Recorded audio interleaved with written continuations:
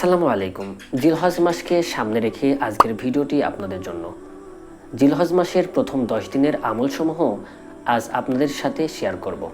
1 নম্বর হলো জিলহজ মাসের প্রথম থেকে 9 জিলহজ পর্যন্ত এবং বিশেষত আরাফাতের দিন 10 জিলহজ সিয়াম সাধনা করা বা সিয়াম পালন করা। 2 নম্বর, এই 10 দিনের নখ চুল কোনো কিছু না কাটা। 3 নম্বর, অধিক পরিমাণে আল্লাহ তাআলার জিকির করা। 4 নম্বর, বেশি বেশি পরিমাণে তাকবীর পাঠ করা। 5 নম্বর, বেশি বেশি নফল ইবাদত করা। 6 নম্বর, সকল প্রকার গুনাহ থেকে বেঁচে থাকার জন্য চেষ্টা করা। 7 নম্বর, সামর্থ্য থাকলে হজ ও উমরা করা। সামর্থ্য থাকলে কোরবানি করা। 9 নম্বর, আন্তরিকভাবে তাওবা করা।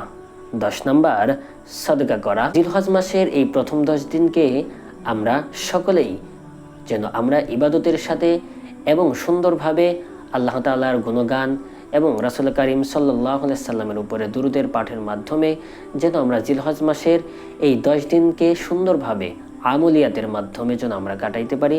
আল্লাহ তাআলা আমাদের সকলকে সেই তৌফিক দান করুক। সকলে বলি আল্লাহুম্মা আমিন। আসসালামু আলাইকুম ওয়া রাহমাতুল্লাহি ওয়া বারাকাতুহু।